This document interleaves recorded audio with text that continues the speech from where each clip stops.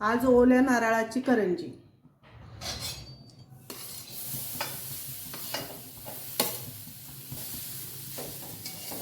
ओल्या नारळाची करंजी करायची आहे। भरपूर असं सारण झाले ओल्या नारळाचं। खवून घेतलेला नारळ आहे हा।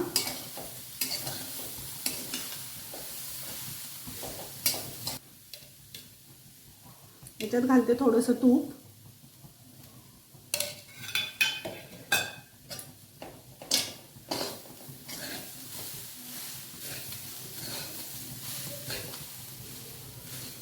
चांगलं मिक्स करून घ्यायचं आहे तूप।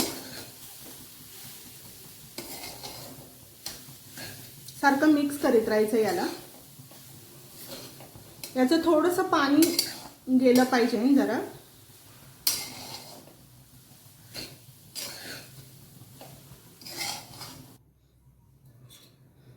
याच्यात घालते 1 चमचा तूप। त्याच्यात ड्रायफ्रूट चांगले खमंग भाजून घेणार आहे। असे छान तळून घ्यायचे ड्रायफ्रूट्स।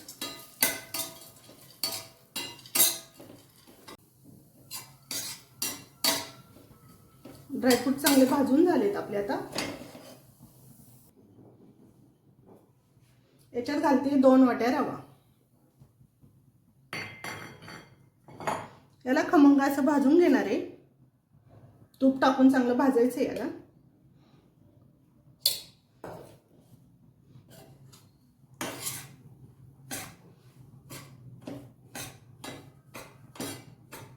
छान असं खरपूस भाजून घ्यायचं याला रव्याला पण।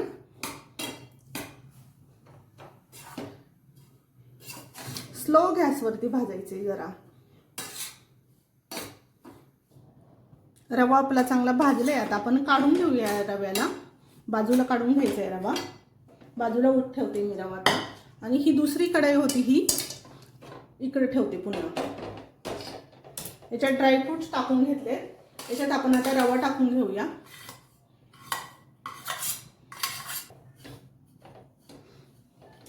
आता हा रवा याच्यामध्ये चांगला भाजायचा आहे। गॅस चालू आहे।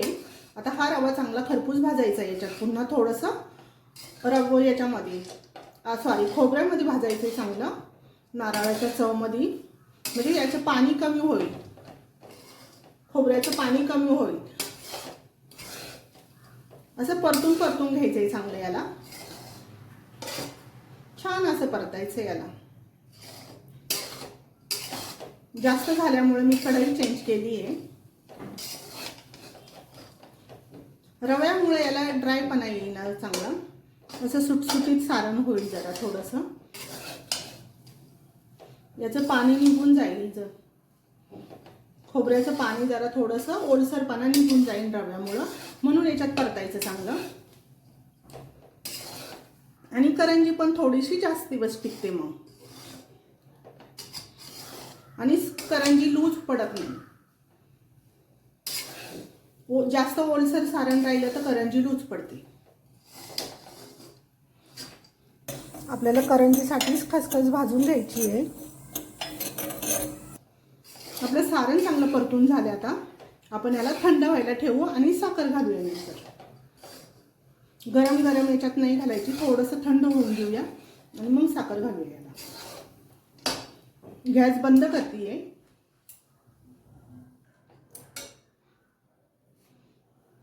आपलं सारण थंड झाले। आपण आता याला पिठी साखर घालणार आहे। अर्धा किलो पिठी साखर आहे। आता याला मिक्स करून घेतेय। याच्यात घालते विलायची पूड घालतेय।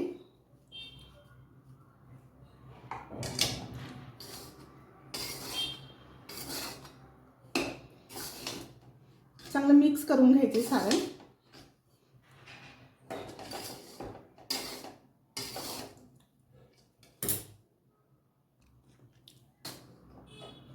आपलं सारण तयार झालंय चांगलं मिक्स करून।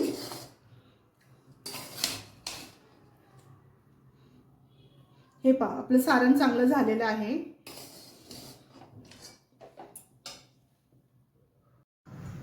करंजीच्या सारणासाठी पीठ घेतलंय। 4 वाट्या मैदा घेतलाय। 4 वाट्या रवा घेतलाय. मीठ घालते 1 चमचा आणि अर्धा चमचा पिठी साखर घालणार आहे चवीसाठी. कलर पण छान येतो आणि चव पण छान लागते म्हणून पिठी साखर घातली. आता याच्यात घालणार आहे कडकडीत मोहन घालणार आहे, तेलाचं मोहन घालणार आहे मी. 1 वाटी फुल मोठी वाटी कडकडीत तेलाचं मोहन.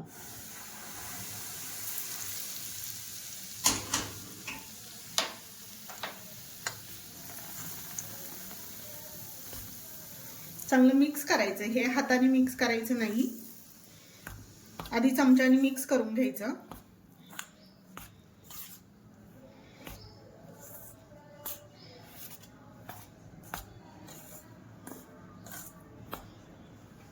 करंजीचं सारण चांगलं मळून झालं. याला चांगलं चोळून घ्यायचं पिठाला. चांगलं सगळ्या पिठाला असं छान चोळून घेतले.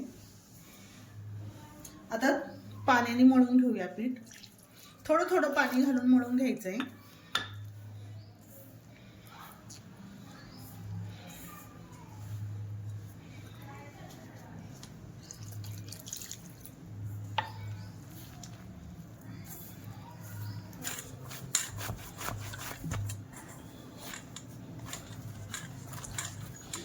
आपला गोळा चांगला मळून झालाय. घट्ट असा गोळा मळून झालाय. आता आपण याला अर्धा तास झाकून ठेवूया. आपले पीठ चांगलं भिजलेलं आहे. आपण आता याला मिक्सरला घालूया. थोडं थोडं करून मिक्सरला टाकायचं असं.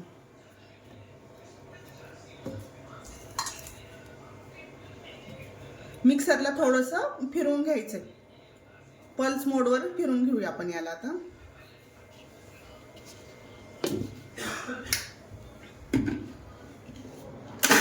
असं छान असं पीठ तयार झालंय. मिक्सरला फिरवल्यामुळं मऊसूद होतं पीठ. हे बघा गोळाही छान होतो आणि मळून पण चांगलं होतं.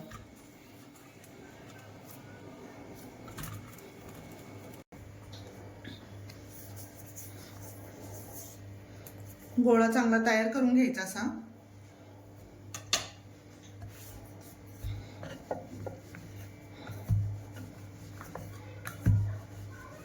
खूप पातळ पण नाही लाटायची, खूप जाड पण नाही लाटायची. ही याच्यात रवा असल्यामुळं छान फुलती. ही मैदा आणि रवा.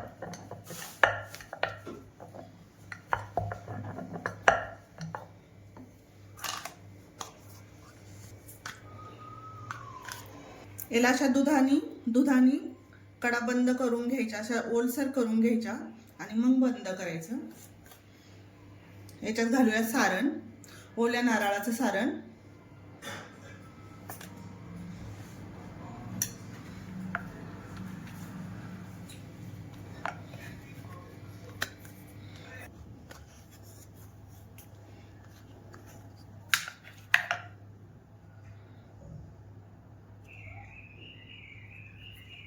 छान अशी करंजी झाली आपली. आता सगळ्या करंजी आपण अशाच बनवून घेऊया. आपण आता ह्या सगळ्या करंज्या तळून घेऊया.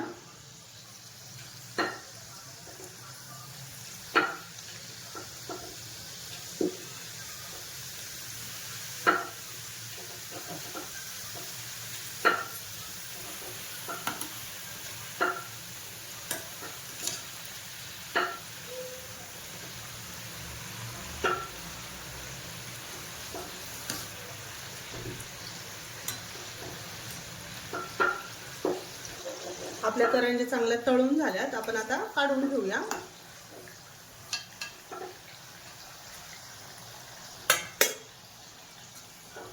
टम्म अशा करंज्या फुगल्या चांगल्या.